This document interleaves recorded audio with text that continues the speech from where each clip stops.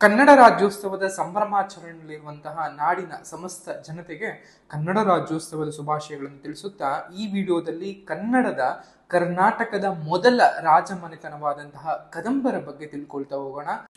ಕದಂಬ ಸಾಮ್ರಾಜ್ಯದ ಒಂದು ಮೂಲವನ್ನ ನೋಡೋದಾದ್ರೆ, ಕದಂಬ ಸಾಮ್ರಾಜ್ಯದ ಸ್ಥಾಪಕರು ಬಂದು ಮಯೂರ ವರ್ಮ ಅಥವಾ ಮಯೂರ ಶರ್ಮ ಅಂತಾನು ಕೂಡ ಕರೀತಾ ಬರ್ತೀವಿ. ಅದು ನಮಗೆ ಗೊತ್ತಾಗುವಂಥದ್ದು ತಾಳಗುಂದದ ಒಂದು ಶಾಸನದ ಉಲ್ಲೇಖದ ಮೂಲಕ ಕದಂಬರ ಮೂಲದ ಬಗ್ಗೆ ನಮಗೆ ಗೊತ್ತಾಗ್ತಾ ಬರುತ್ತೆ. ಕದಂಬರ ಒಂದು ಸ್ಥಾಪಕ ಅಥವಾ ಈ ಸಾಮ್ರಾಜ್ಯದ ಸ್ಥಾಪಕರು ಬಂದು ಮಯೂರ ವರ್ಮ ಅಥವಾ ಮಯೂರ ಶರ್ಮ.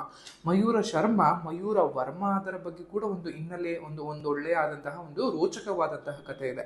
ಮಯೂರ ಶರ್ಮ ಹರಿತಿಪುತ್ರ ವಂಶದ ಮಾನವ್ಯ ಗೋತ್ರಕ್ಕೆ ಸೇರಿದಂತಹ ಬ್ರಾಹ್ಮಣರಾಗಿರ್ತಾರೆ. ಸೊ ಅಂದಿನ ದಕ್ಷಿಣ ಭಾರತದಲ್ಲಿ ವಿದ್ಯಾಭ್ಯಾಸಕ್ಕೆ ತುಂಬಾ ಒಳ್ಳೆಯ ಹೆಸರುವಾಸಿಯಾದಂತಹ ಒಂದು ಕಂಚಿಗೆ ಯೂಶಲಿ ಶಿಕ್ಷಣಕ್ಕೆ ಅಂತ ಹೋಗ್ತಾರೆ. ಪಲ್ಲವ ರಾಜನಾದಂತಹ ಶಿವಸ್ಕಂದ ವರ್ಮನಿಂದ ಅಭಿಮಾನಿತನಾದಂತಹ ಮಯೂರ ಶರ್ಮ ಆನಂತರದಲ್ಲಿ ಉತ್ತರ ಕರ್ನಾಟಕದ ಕಡೆ ಈ ಕಡೆ ಬಂದು ಇಲ್ಲಿ ಒಂದಷ್ಟು ಗುಡ್ಡಗಾಡು ಪ್ರದೇಶಗಳಲ್ಲಿ ಇರುವಂತಹ ಜನರನ್ನೆಲ್ಲ ಕೂಡ ಅವರನ್ನೆಲ್ಲ ಶಸ್ತ್ರಭ್ಯ ತರಬೇತಿಯನ್ನು ನೀಡಿ ಪಲ್ಲವರ ಮೇಲೆ ಒಂದು ದಾಳಿ ಮತ್ತು ಬಂಡಾಯವನ್ನ ಏರಿ ಆ ಮೂಲಕ ಒಂದು ಸ್ವತಂತ್ರ ಒಂದು ಸಾಮ್ರಾಜ್ಯವನ್ನ ರಾಜಮನೆತನವನ್ನ ಕಟ್ಟುವ ಮೂಲಕ ಮಯೂರ ವರ್ಮ ಅಂದ್ರೆ ಕ್ಷತ್ರಿಯನಾಗಿ ಬದಲಾಗ್ತಾ ಬರ್ತಾರೆ. ಇದು ಅದರಿಂದ ಇರುವಂತಹ ರೋಚಕ ಕಥೆ. ಸೊ ಕದಂಬರ ಮೂಲದ ಬಗ್ಗೆ ನೀವು ತಿಳ್ಕೊತಾ ಹೋಗ್ಬೋದು. ಸೊ ಸ್ಥಾಪಕರು ಬಂದು ಮಯೂರ ವರ್ಮ, ಅವರ ರಾಜಧಾನಿ ಕದಂಬರ ಒಂದು ರಾಜಧಾನಿ ಬಂದು ಬನವಾಸಿ ಆಗಿರುತ್ತೆ. ಆನಂತರದಲ್ಲಿ ಎರಡನೇ ಒಂದು ರಾಜಧಾನಿಯನ್ನ ಪಲಸಿಕಾ ಅಂತಾನೂ ಕೂಡ ಕರೀತಾರೆ ಅಥವಾ ಅದನ್ನ ಹಲಸಿ ಅಂತಾನೂ ಕೂಡ ಕರೀತಾರೆ. ಅದು ಎರಡನೇ ರಾಜಧಾನಿ ಆಗಿರುತ್ತೆ. ಇನ್ನು ರಾಜ್ಯ ಲಾಂಛನ ಬಂದು ಸಿಂಹವನ್ನ ರಾಜ್ಯ ಲಾಂಛನವಾಗಿ ಎಂಬ್ಲೆಮ್ ಆಗಿ ಪಡೆದಿರ್ತಾರೆ. ಅಂಡ್ ಇವರ ಒಂದು ಕದಂಬರ ಮೂಲದ ಬಗ್ಗೆ ನೋಡೋದಾದ್ರೆ ತಾಳಗುಂದಕ್ಕೆ ಅಂದ್ರೆ ಇಂದಿನ ಏನು ಸ್ಥಾನಕೊಂದೂರು ಅಂತನೂ ಕೂಡ ಇದನ್ನ ಪ್ರಾಚೀನದಲ್ಲಿ ಅಥವಾ ಏನ್ಷಿಯಂಟ್ ನೇಮ್ ವೈಸ್ ಬಂದು ಸ್ಥಾನಕೊಂದೂರು ಅಂತನೂ ಕೂಡ ಕರೀತಾ ಬರ್ತಾರೆ. ಅಥವಾ ಇಂದಿನ ತಾಳಗುಂದದ ಸುತ್ತಮುತ್ತ ಇರುವಂತಹ ಪ್ರದೇಶ ಇವರ ಒಂದು ಕದಂಬರ ಮೂಲವಾಗಿರುತ್ತೆ. ಇದ್ರ ಜೊತೆಗೆ ಬನವಾಸಿಯಲ್ಲಿ ಇವರ ಒಂದು ಏನು ಕದಂಬ ಸಾಮ್ರಾಜ್ಯವನ್ನು ಸ್ಥಾಪನೆ ಮಾಡಿದಕ್ಕೋಸ್ಕರ ಇವರನ್ನ ಬನವಾಸಿಯ ಕದಂಬರು ಅಂತನೂ ಕೂಡ ಕರ್ಕೋತಾ ಬರ್ತಾರೆ. ಅಂಡ್ ಈ ಬನವಾಸಿ ನಾವೇನು ಇಂದು ಬನವಾಸಿ ಅಂತ ಕರಿತೀವಿ, ಇದರ ಪ್ರಾಚೀನ ಹೆಸರುಗಳು ಅಥವಾ ಏನ್ಷಿಯಂಟ್ ಹೆಸರುಗಳು ಬಂದಾಗ ವೈಜಯಂತಿ ಆಗಿರ್ಬೋದು, ವನವಾಸಿ ಆಗಿರ್ಬೋದು, ಜಯಂತಿ ಆಗಿರ್ಬೋದು ಅಥವಾ ವನವಾಸಿಕ ಅನ್ನುವಂತಹ ಹೆಸರುಗಳಿಂದ ಈ ಒಂದು ಬನವಾಸಿಯನ್ನ ಉಚ್ಚರಿಸ್ತಾ ಇದ್ರು ಅಥವಾ ಕರಿತಾ ಬರ್ತಿದ್ರು ಅಂತ ಕೂಡ ಕರಿತಾ ಹೇಳ್ತಾರೆ. ಅಂಡ್ ಈ ಕದಂಬ ಅನ್ನುವಂತಹ ಏನಕ್ಕೆ ಬಂತು ಅನ್ನೋದಕ್ಕೂ ಕೂಡ ಐತಿಹ್ಯಗಳಿವೆ. ಇಂಥದ್ದೇ ಅನ್ನುವಂತಹ ಯಾವ್ದಾದ್ರು ಲಿಖಿತ ದಾಖಲೆಗಳು ಇಲ್ಲ. ಬಟ್ ಕದಂಬ ಅನ್ನಂತ ವರ್ಡ್ ಬರೋದಿಕ್ಕೆ ನಿಮ್ಗೆಲ್ಲ ಗೊತ್ತಿರೋ ಹಾಗೆ ಕದಂಬ ಅನ್ನುವಂತಹ ಒಂದು ಮರವಿದೆ. ಈ ಮಯೂರ ವರ್ಮರ ಮನೆಯ ಮುಂದೆ ಒಂದು ಕದಂಬ ಅನ್ನುವಂತಹ ಮರ ಇದ್ದಿದ್ರಿಂದಾಗಿ ಅವರು ಆಳ್ವಿಕೆ ನಡೆಸಲ್ಪಟ್ಟಂತಹ ಒಂದು ಸಾಮ್ರಾಜ್ಯಕ್ಕೆ ಅಥವಾ ಅವರ ಮನೆತನಕ್ಕೆ ಕದಂಬ ಮನೆತನ ಅನ್ನುವಂತಹ ಹೆಸರು ಬಂತು ಎನ್ನುವಂತಹ ಒಂದು ಐತಿಹ್ಯ ಇರುವಂತದ್ದು ನಿಮ್ಗೆಲ್ಲ ಗೊತ್ತಿರ್ಬೇಕಾಗತ್ತೆ. ಮಯೂರ ವರ್ಮ ಅವರ ತಂದೆ ಬದುಶೇನರಾಗಿರ್ತಾರೆ. ಮೊದಲೇ ಹೇಳಿದ ಹಾಗೆ ಒಂದು ಶಿಕ್ಷಣಾಭ್ಯಾಸಕ್ಕಾಗಿ ಕಂಚಿಗೆ ಧಾವಿಸ್ತಾರೆ. ಅಲ್ಲಿ ಪಲ್ಲವ ರಾಜನಾದಂತಹ ಶಿವಸ್ಕಂದ ವರ್ಮನಿಂದ ಅವಮಾನಿತನಾಗಿ ಆಮೇಲೆ ಅವರ ವಿರುದ್ಧವಾಗಿ ಒಂದು ಸೇಡನ್ನು ತೀರಿಸಿಕೊಳ್ಳೋದಕ್ಕೋಸ್ಕರ ಇವರು ಒಂದು ಸಾಮ್ರಾಜ್ಯವನ್ನ ಸ್ಥಾಪನೆ ಮಾಡಿ ಆನಂತರದಲ್ಲಿ ಪಲ್ಲವ ಸದೆ ಬಡಿತಾರೆ ಅನ್ನುವಂಥದ್ದು. ಅಂದ್ರೆ ಪಲ್ಲವರ ವಿರುದ್ಧ ಬಂಡಾಯವನ್ನ ಎದ್ದು ಆನಂತರದಲ್ಲಿ ಗುಡ್ಡಗಾಡು ಜನರನ್ನೆಲ್ಲ ಒಂದೆಡೆ ಸೇರಿಸಿ ಅವರಿಗೆ ಒಂದು ಶಸ್ತ್ರಾಭ್ಯಾಸವನ್ನ ಮಾಡಿಸಿ ಆನಂತರ ಪಲ್ಲವರ ವಿರುದ್ಧ ಬಂಡಾಯವನ್ನ ಎದ್ದು ಒಂದು ಸಾಮ್ರಾಜ್ಯವನ್ನ ಸ್ಥಾಪನೆ ಮಾಡುವಂಥದ್ದು. ಈ ಒಬ್ಬ ಮಯೂರ ವರ್ಮನ ಕಾಲಕ್ಕೆ ಅಥವಾ ಮಯೂರ ವರ್ಮನ ಕಾಲಕ್ಕೆ ಸೇರಿದವೆನ್ನುವಂತಹ ಒಂದು ಚಂದ್ರವಳ್ಳಿ ಶಾಸನ ಮತ್ತು ಗುಡ್ನಾಪುರ ಶಾಸನಗಳು ಕಂಡು ಬರ್ತವೆ. ಇವೆರಡೂ ಶಾಸನಗಳು ಕೂಡ ಮಯೂರ ವರ್ಮನಿಗೆ ಸೇರಲ್ಪಟ್ಟವಂಥವು. ಸೊ ಈ ಒಂದು ಚಂದ್ರವಳ್ಳಿ ಶಾಸನದಿಂದ ಚಂದ್ರವಳ್ಳಿ ಕೆರೆ ಅಥವಾ ತೊಟ್ಟಿ ಅಂತ ನಾವೇನ್ ಕರ್ಕೋತೀವಿ ಅದರ ಒಂದು ಕಟ್ಟಿಸಿದರ ಬಗ್ಗೆ ಅಥವಾ ಅದನ್ನು ದುರಸ್ತಿ ಮಾಡಿಸಿದರ ಬಗ್ಗೆ, ಅಂಡ್ ಗುಡ್ನಾಪುರ ಶಾಸನದಿಂದ ಗುಡ್ನಾಪುರ ಕೆರೆಯನ್ನ ನಿರ್ಮಿಸಿದರ ಬಗ್ಗೆ ಮಾಹಿತಿ ಕೊಡ್ತಾ ಬರ್ತವೆ. ಕನ್ನಡದ ಒಂದು ಸಾಮ್ರಾಜ್ಯವಂತ ಕರೆದಂತಹ ಕದಂಬ ಸಾಮ್ರಾಜ್ಯದ ಸ್ಥಾಪಕ ಮತ್ತು ಪ್ರಸಿದ್ಧ ದೊರೆಯಾದಂತಹ ಮಯೂರ ವರ್ಮ ನಮ್ಮೆಲ್ಲರಿಗೂ ಕೂಡ ಅಥವಾ ಕನ್ನಡಿಗರ ಒಂದು ಕೀರ್ತಿ ಪತಾಕೆಯನ್ನು ಆದ್ರೇನೆ ತಪ್ಪಾಗ್ಲಾರ್ದು. ಆನಂತರದಲ್ಲಿ ಮಯೂರ ವರ್ಮ ಆದ್ಮೇಲೆ ಬರುವಂತದ್ದು ಕಂಗವರ್ಮ ಅಥವಾ ಕಾಕುತ್ಸ ವರ್ಮಗಳಂತ ಬರ್ತಾರೆ. ಕಾಕುತ್ಸ ವರ್ಮ ಕ್ರಿಸ್ತಶಕ 435ರಿಂದ 455ರವರೆಗೆ ಆಳ್ವಿಕೆಯನ್ನ ನಡೆಸ್ತಾರೆ. ಕಾಕುತ್ಸ ವರ್ಮ ಅಂತಾನೂ ಕೂಡ ಕರೀತಾರೆ. ಇವರು ಕದಂಬ ಸಾಮ್ರಾಜ್ಯದ ಅತ್ಯಂತ ಪ್ರಮುಖ ಮತ್ತು ಶ್ರೇಷ್ಠ ರಾಜರಾಗಿರ್ತಾರೆ. ಇವರು ಗುಪ್ತರೊಂದಿಗೆ ಅಥವಾ ವಾಕಟಕರೊಂದಿಗೆ ಎಲ್ಲರೂ ಕೂಡ ಒಂದು ವೈವಾಹಿಕ ಸಂಬಂಧವನ್ನು ಹೊಂದುವುದರ ಮೂಲಕ ಇವರ ಒಂದು ನೆರೆಹೊರೆಯ ರಾಜ್ಯದ ಮೂಲಕ ಒಂದು ಸ್ನೇಹದ ಒಂದು ಸಂದರ್ಭಗಳನ್ನ ಅಥವಾ ಸ್ನೇಹ ಸಂಬಂಧಗಳನ್ನು ಹೊಂದೋದ್ರ ಮೂಲಕ ತಮ್ಮ ವ್ಯಾಪ್ತಿಯನ್ನ ತಮ್ಮ ಒಂದು ವಿಸ್ತೀರ್ಣವನ್ನ ವಿಸ್ತರಿಸ್ತಾ ಬರ್ತಾರೆ. ಕ್ರಿಸ್ತಶಕ 450ರಲ್ಲಿ ಅಲ್ಮಿಡಿ ಶಾಸನವನ್ನ ಹೊರಡಿಸಿದ ಕೀರ್ತಿ ಕಾಕುತ್ಸವರ್ಮನಿಗೆ ಸೇರುತ್ತೆ. ಕನ್ನಡದ ಮೊದಲ ಶಾಸನ ಅನ್ನುವಂಥದ್ದು ಹಲ್ಮಿಡಿ ಶಾಸನ. ಕ್ರಿಸ್ತಶಕ 450 ಕಾಲದಲ್ಲಿ ಈ ಒಂದು ಶಾಸನವನ್ನ ಹೊರಡಿಸಲಾಗಿದೆ. ಒಬ್ಬ ಸೈನಿಕನಿಗೆ ಅಂದ್ರೆ ವಿಜಯರಸ ಅನ್ನುವಂತಹ ಸೈನಿಕನಿಗೆ ನೀಡಲ್ಪಟ್ಟಂತಹ ಒಂದು ದಾನಗುತ್ತಿಯ ಬಗ್ಗೆ ಈ ಒಂದು ಹಲ್ಮಿಡಿ ಶಾಸನ ಮಾತಾಡುತ್ತೆ. ಮೂಲತಃ ಇದು 16 ಸಾಲುಗಳನ್ನ ಹೊಂದಿದೆ. ಮೂಲತಃ ಇದು ಅಂದ್ರೆ ಸಂಸ್ಕೃತ ಮತ್ತು ಕನ್ನಡ ಎರಡಲ್ಲೂ ಕೂಡ ಇದೆ. ಈ 16 ಸಾಲುಗಳಲ್ಲಿ 3 ಸಾಲುಗಳಲ್ಲಿ ಕನ್ನಡದಲ್ಲಿ ಈ ಶಾಸನವನ್ನ ಬರೆಯಲಾಗಿದೆ ಅಂಡ್ ಇನ್ನು ಮಿಕ್ಕಂತಹ 13 ಸಾಲುಗಳನ್ನ ಸಂಸ್ಕೃತದಲ್ಲಿ ಬರೆಯಲಾಗಿದೆ. ಒಟ್ಟಾರೆಯಾಗಿ 16 ಸಾಲುಗಳನ್ನ ಈ ಒಂದು ಶಾಸನ ಹೊಂದಿದೆ. ಅದರಲ್ಲಿ ಮೊದಲ ಬಾರಿಗೆ ಕನ್ನಡವನ್ನ ಬರೆಯೋಕೆ ಬಳಸಲ್ಪಟ್ಟಿರುವಂಥದ್ದು, ಅದರಲ್ಲಿ ಸಾಹಿತ್ಯದಲ್ಲಿ ಅಥವಾ ಒಂದು ಬರವಣಿಗೆ ಮೂಲವಾಗಿ ಕನ್ನಡವನ್ನ ಬಳಸಲ್ಪಟ್ಟಿದೆ. ಸೊ ಆ ಮೂಲಕ ಕನ್ನಡದ ಮೊದಲ ಶಾಸನ ಅಂತಾನೆ ನಾವು ಹಲ್ಮಿಡಿ ಶಾಸನವನ್ನ ಕರ್ಕೋತಾ ಬರ್ತೀವಿ.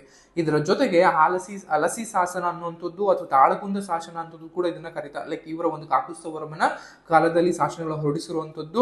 ಈ ತಾಳಗುಂದ ಶಾಸನದಲ್ಲಿ ಕಾಕುತ್ಸವರ್ಮನನ್ನ ಕದಂಬ ಕುಲಭೂಷಣ ಅಂತ ಕೂಡ ಬಿರುದನ್ನ ಅಥವಾ ಬಿರುದು ಕೊಟ್ಟಿರೋದ್ರ ಬಗ್ಗೆ ಅಥವಾ ಅವರ ಬಗ್ಗೆ ವರ್ಣನೆಯನ್ನು ಕೊಟ್ಟಿರೋದ್ರ ನೋಡ್ತಾ ಬರ್ತೀವಿ. ಆ ನಂತರದಲ್ಲಿ ಬರುವಂತದ್ದು ಶಾಂತಿವರ್ಮ ಅಂತ ಬರ್ತಾರೆ. ಇವರ ಆಸ್ಥಾನದಲ್ಲಿ ಕುಬ್ಬ ಅನ್ನುವಂತಹ ಲೈಕ್ ಒಬ್ಬ ಕವಿ ಕೂಡ ಇದ್ದ ಅನ್ನುವಂಥದ್ದು. ಅದು ಕದಂಬರ ಒಂದು ವಂಶಾವಳಿಯ ಬಗ್ಗೆ ಒಂದು ಪುಸ್ತಕವನ್ನು ಕೂಡ ಬರೀತಾರೆ ಅನ್ನುವಂಥದ್ದು ನಾವು ಇದರಲ್ಲಿ ನೋಡ್ತಾ ಬರ್ತೀವಿ. ಇನ್ನು ಕದಂಬರ ಒಂದು ಆರ್ಥಿಕ ಸ್ಥಿತಿಯನ್ನ ನೋಡ್ತಾ ಬರೋದಾದ್ರೆ ಮುಖ್ಯವಾಗಿ ವ್ಯವಸಾಯ ಅನ್ನುವಂಥದ್ದು ಈ ಕದಂಬ ಮನೆತನದ ಅಥವಾ ಕದಂಬ ಸಾಮ್ರಾಜ್ಯದ ಒಂದು ವೃತ್ತಿಯಾಗಿತ್ತು ಅನ್ನುವಂಥದ್ದು. ಆ ನಂತರದಲ್ಲಿ ನೋಡೋದಾದ್ರೆ ಭೂಮಾಪನ ಜಾರಿಗಳನ್ನ ಕೂಡ ಮಾಡಲಾಗಿದ್ರು. ಒಟ್ಟಾರೆ ಉತ್ಪನ್ನದ 6ನೇ 1 ಭಾಗವನ್ನ ಕಂದಾಯವಾಗಿ ಸಾಮ್ರಾಜ್ಯಕ್ಕೆ ಸಲ್ಲಿಸಬೇಕಾಗಿತ್ತು ಅನ್ನುವಂಥದ್ದು ಕೂಡ ಗೊತ್ತಿರಬೇಕಾಗತ್ತೆ.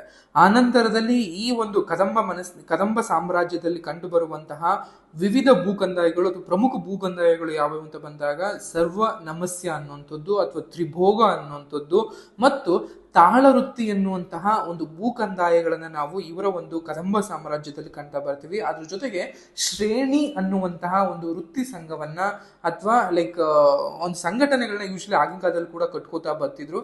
ಸೊ ಕದಂಬ ಸಾಮ್ರಾಜ್ಯವು ಗ್ರಾಮ ಸಮುದಾಯ ಆಗಿದ್ರು ಕೂಡ ಬನವಾಸಿ, ಅಲಸಿ, ಗೋವಕಪುರಿ, ಬಳ್ಳಿಗಾವೆ, ಬೆಳಗಾವಿ ಇವೆಲ್ಲವೂ ಕೂಡ ಒಂದು ಪ್ರಸಿದ್ಧ ಪಟ್ಟಣಗಳಾಗಿದ್ದು ಅನ್ನುವಂಥದ್ದು.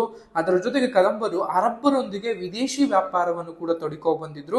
ಗೋವಾ, ಮಂಗಳೂರು, ಹೊನ್ನಾವರ, ಅಂಕೋಲಾ, ಭಟ್ಕಳಗಳು ಇವು ನಮಗೆ ಪ್ರಮುಖವಾದಂತಹ ರೇವು ಪಟ್ಟಣಗಳಾಗಿದ್ದವು. ಅಂದ್ರೆ ವ್ಯಾಪಾರಕ್ಕೆ, ವಿನಿಮಯಕ್ಕೆ ರಫ್ತು ಮತ್ತು ಆಮದು ಇದಕ್ಕೆ ತುಂಬಾ ಹೆಸರುವಾಸಿಯಾದಂತಹ ಈ ಗೋವಾ, ಮಂಗಳೂರು, ಹೊನ್ನಾವರ, ಅಂಕೋಲಾ, ಭಟ್ಕಳ ಪ್ರದೇಶಗಳು ಆಗಿದ್ದವು ಅನ್ನುವಂಥದ್ದು. ಇನ್ನು ಕದಂಬರ ಒಂದು ವಿಶಿಷ್ಟ ಕೊಡುಗೆ ಅಂದ್ರೆ ನಾಣ್ಯ ಪದ್ಧತಿ ಅಂತಾನೆ ಕೂಡ ಕರಿತಾ ಬರ್ತೀವಿ. ಯಾಕಂದ್ರೆ ಕದಂಬರು ಚಿನ್ನ ಮತ್ತು ಬೆಳ್ಳಿಯ ನಾಣ್ಯಗಳನ್ನ ಚಲಾವಣೆಗೆ ತರ್ತಾರೆ.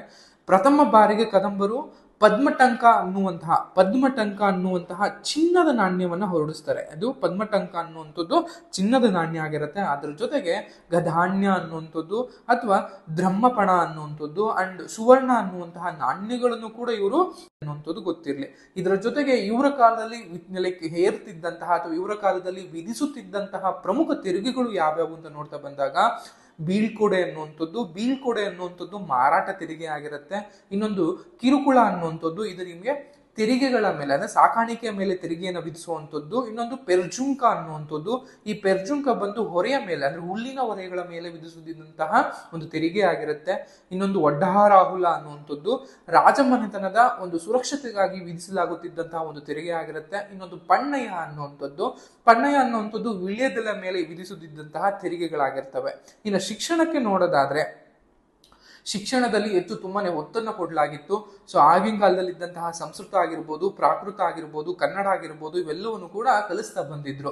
ಸಂಸ್ಕೃತಕ್ಕೆ ಹೆಚ್ಚಿನ ಒಂದು ಒತ್ತನ್ನು ಕೂಡ ಕೊಟ್ಟಿದ್ರು. ಆಡಳಿತದಲ್ಲಿ ಕನ್ನಡವನ್ನ ಬಳಸ್ಕೊತಾ ಇದ್ರು ಕೂಡ ಸಾಹಿತ್ಯಾತ್ಮಕವಾಗಿ ಅಥವಾ ಧಾರ್ಮಿಕವಾಗಿ ಸಂಸ್ಕೃತಕ್ಕೆ ಒತ್ತನ್ನು ಕೊಡಲಾಗ್ತಾ ಇತ್ತು. ಘಟಿಕ ಸಾಹಸ ಅನ್ನುವಂಥದ್ದು ವಿದ್ಯಾರ್ಥಿಗಳಿಗೆ ಅಂದ್ರೆ ಘಟಿಕಗಳಲ್ಲಿ ಯಾರು ವಿದ್ಯಾಭ್ಯಾಸವನ್ನ ಮಾಡಿ ತೇರ್ಗಡೆಯನ್ನ ಹೊಂದುತ್ತಾರೆ ಅಂತಹ ವಿದ್ಯಾರ್ಥಿಗಳಿಗೆ ಘಟಿಕ ಸಾಹಸ ಅಥವಾ ಘಟಿಕ ಸಾಹಸಿಗಳು ಅಂತಲೂ ಕೂಡ ಕರಿತಾ ಬರ್ತಿದ್ರು. ಇವರ ಕಾಲದಲ್ಲಿದ್ದಂತಹ ಅಥವಾ ಕದಂಬ ಸಾಮ್ರಾಜ್ಯದಲ್ಲಿದ್ದಂತಹ ಪ್ರಮುಖ ಶಿಕ್ಷಣ ಕೇಂದ್ರಗಳು ಯಾವ್ಯಾವು, ಘಟಿಕಗಳು ಯಾವ್ಯಾವು ಅಂತ ಬಂದಾಗ ಬೆಳ್ಳಿಗಾವೆ ಆಗಿರ್ಬೋದು, ತಾಳಗುಂದ ಆಗಿರ್ಬೋದು, ಬನವಾಸಿಗಳಾಗಿರ್ಬೋದು ಈ ಪ್ರದೇಶಗಳು ಶಿಕ್ಷಣಕ್ಕೆ ಹೆಚ್ಚಿನ ಮಾಡಿದ್ದು ಅನ್ನುವಂಥದ್ದು. ಇನ್ನು ಅಡ್ಮಿನಿಸ್ಟ್ರೇಟಿವ್ ಸೆಕ್ಟರ್ ಬಂದಾಗ ಅಥವಾ ಆಡಳಿತಾತ್ಮಕವಾಗಿ ಬಂದಾಗ ರಾಜನೇ ರಾಜ್ಯದ ಒಬ್ಬ ಮುಖ್ಯ ಅಧಿಕಾರಿಯಾಗಿದ್ನು ಮತ್ತು ಈ ರಾಜನ ಮುಖ್ಯ ಕರ್ತವ್ಯ ಅಂದ್ರೆ ಪ್ರಜಾಪಾಲನೆ ಅನ್ನುವಂಥದ್ದು, ಪ್ರಜೆಗಳ ಒಂದು ಪಾಲನೆ ಮಾಡುವಂಥದ್ದು ಪ್ರತಿಯೊಬ್ಬ ರಾಜ್ಯನ ಒಂದು ಆದ್ಯ ಕರ್ತವ್ಯವಾಗಿತ್ತು. ಅದ್ರ ಜೊತೆಗೆ ರಾಜನಿಗೆ ಧರ್ಮ ಮಹಾರಾಜ ಅಥವಾ ಮಹಾರಾಜ ಅನ್ನುವಂತಹ ಬಿರುದುಗಳು ಕೂಡ ತೆಗೆದುಕೊಳ್ತಾ ಬರ್ತಿದ್ರು. ಅಂಡ್ ಇವರ ಕಾಲದಲ್ಲಿ ಅಥವಾ ಇವರ ಆಡಳಿತದಲ್ಲಿ ರಾಜತ್ವ ಅನ್ನುವಂಥದ್ದು ವಂಶ ಪಾರಂಪರ್ಯವಾಗಿ ಹೆರಿಡಿಟರಿ ಆಗಿ ಯೂಶಲಿ ವಂಶಪಾರಂಪರ್ಯದಿಂದಾಗಿ ತಂದೆಯಿಂದ ಮಗನಿಗೆ, ಮಗನಿಂದ ಮೊಮ್ಮಗನಿಗೆ ಈ ರೀತಿಯಾಗಿ ಆಡಳಿತ ಬರ್ತಾ ಇತ್ತು. ರಾಜರಿಗೆ ಆಡಳಿತದಲ್ಲಿ ಸಹಾಯ ಮಾಡೋದಿಕ್ಕೆ ಅಂತಾನೆ ಪಂಚ ಪ್ರಧಾನ ಅನ್ನುವಂತಹ ಒಂದು ಮಂತ್ರಿ ಮಂಡಲವನ್ನ ಇಟ್ಕೊಂಡಿದ್ರು. ಈ ಮಂತ್ರಿ ಮಂಡಲದಲ್ಲಿ ಪಂಚ ಪ್ರಧಾನರು ಇರ್ತಿದ್ರು. ಅವರಲ್ಲಿ ಮೊದಲಿಗೆ ಪ್ರಧಾನ ಅನ್ನುವಂಥದ್ದು ಅಥವಾ ಪ್ರಧಾನ ಮಂತ್ರಿ ಅಂತಾನೂ ಕೂಡ ಕರಿತೀವಿ. ಅದ್ರ ಜೊತೆಗೆ ಅವರು ಕೋಶಾಧಿಕಾರಿಯಾಗಿ ಕೂಡ ವರ್ಕ್ ಮಾಡ್ತಾ ಬರ್ತಿದ್ರು. ಅಂಡ್ ಮನವರ್ಗಡೆ ಅನ್ನುವಂಥದ್ದು ಅವರು ಅರಮನೆಯ ಒಂದು ವ್ಯವಹಾರಗಳ ಮಂತ್ರಿ ಅಂತಾನೆ ಕರಿತಾ ಇದ್ರು. ಇನ್ನ ತಂತ್ರಪಾಲ, ಪ್ರಮುಖ ಪಾಲ ಮತ್ತು ಸಭಾ ಕಾರ್ಯ ಸಚಿವ ಅನ್ನುವಂತಹ ಒಟ್ಟಾರೆಗೆ 5 ಜನ ಅಥವಾ 5 ಒಂದು ಪಂಚ ಪಾಂಡವರ ಹಾಗೆ ಒಂದು ಪಂಚ ಪ್ರಧಾನವನ್ನುವಂತಹ ಒಂದು ಮಂತ್ರಿ ಮಂಡಲವನ್ನ ಹೊಂದಿತ್ತು. ಈ ಮಂತ್ರಿ ಮಂಡಲ ರಾಜರ ಡೇ ಟು ಡೇ ಆಕ್ಟಿವಿಟೀಸ್ ನಲ್ಲಿ, ದಿನನಿತ್ಯದ ಒಂದು ಆಡಳಿತದಲ್ಲಿ ಅವರಿಗೆ ಸಹಾಯ ಮಾಡೋದಿಕ್ಕೆ ಅಂತಾನೆ ಇರ್ತಿತ್ತು. ಇನ್ನು ಸಾಹಿತ್ಯಕ್ಕೆ ನೋಡೋದಾದ್ರೆ ಪ್ರಾಕೃತ, ಸಂಸ್ಕೃತ ಮತ್ತು ಕನ್ನಡ ಭಾಷೆಗಳಿಗೆ ಮುಖ್ಯವಾಗಿ ಪೋಷಣೆಯನ್ನ ಕೊಡಲಾಯಿತು. ಕನ್ನಡವನ್ನ ಆಡಳಿತಾತ್ಮಕವಾಗಿ ಮತ್ತು ಜನಸಾಮಾನ್ಯರ ನಡುವೆ ಹೆಚ್ಚು ಮಾತುಕತೆಗೆ ಬಳಸಲಾಯಿತು. ಇನ್ನು ಪ್ರಾಕೃತ ಮತ್ತು ಸಂಸ್ಕೃತಗಳು ಎರಡೂ ಕೂಡ ಸಾಹಿತ್ಯಕ್ಕೆ ಮತ್ತು ಧಾರ್ಮಿಕತೆಗೆ ಈ ರೀತಿಯಾಗಿ ಹೆಚ್ಚು ಇವೆರಡು ಭಾಷೆಗಳನ್ನು ಬಳಸ್ಕೊತಾ ಬಂದಿದ್ರು.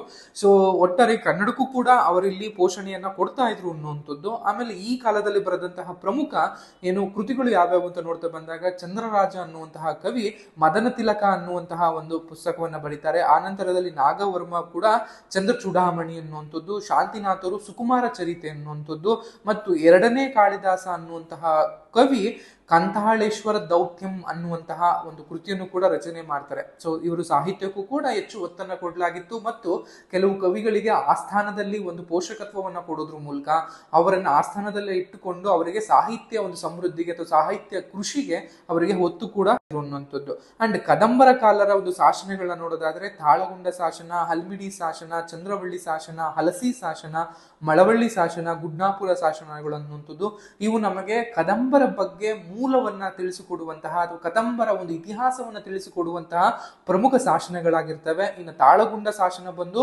ಕರ್ನಾಟಕದಲ್ಲಿ ದೊರಕಿರುವಂತಹ ಮೊದಲ ಸಂಸ್ಕೃತ ಶಾಸನ ಅಂತ ಕರಿತಾ ಬರ್ತೀವಿ. ಇದಕ್ಕಿಂತ ಮುಂಚೆ ಇದೆಲ್ಲವೂ ಕೂಡ ಬ್ರಾಹ್ಮಿ ಲಿಪಿನಲ್ಲಿದ್ದಂತಹ ಕೆಲವು ಶಾಸನಗಳು ಅಥವಾ ಪ್ರಾಕೃತದಲ್ಲಿ ಇದ್ದಂತಹ ಕೆಲವು ಶಾಸನಗಳು. ಬಟ್ ಕದಂಬರ ಆಳ್ವಿಕೆಯಲ್ಲಿ ನಮಗೆ ಸಿಕ್ಕಂತಹ ಮೊದಲ ಶಾಸನ ತಾಳಗುಂಡ ಶಾಸನ, ಅದು ಸಂಸ್ಕೃತದ ಮೊದಲ ಶಾಸನ ಅಂತಲೂ ಕೂಡ ಕರಿತಾ ಬರ್ತೀವಿ. ಅದೇ ರೀತಿಯಲ್ಲಿ ಕನ್ನಡದ ಮೊದಲ ಶಾಸನವಾದಂತಹ ಹಲ್ಮಿಡಿ ಶಾಸನ ಕೂಡ ನಮಗೆ ಕದಂಬರ ಕಾಲದಲ್ಲಿ ಕಾಕುತ್ಸವರ್ಮ ಅರಸ ಅಥವಾ ರಾಜ ನಮಗೆ ಹೊರಡಿಸಿರುವಂತಹ ಒಂದು ಶಾಸನ ಆಗಿರುತ್ತೆ. ಆ ನಂತರದಲ್ಲಿ ಚಂದ್ರವಳ್ಳಿ ಶಾಸನ ಆಗಿರ್ಬೋದು, ಹಲಸಿ ಶಾಸನ ಆಗಿರ್ಬೋದು, ಮಲವಳ್ಳಿ ಶಾಸನ ಆಗಿರ್ಬೋದು, ಗುಡ್ನಾಪುರ ಶಾಸನಗಳು ಇವೆಲ್ಲವೂ ಕೂಡ ಕದಂಬರ ಕಾಲದ ಪ್ರಮುಖ ಶಾಸನಗಳಾಗಿರ್ತವೆ.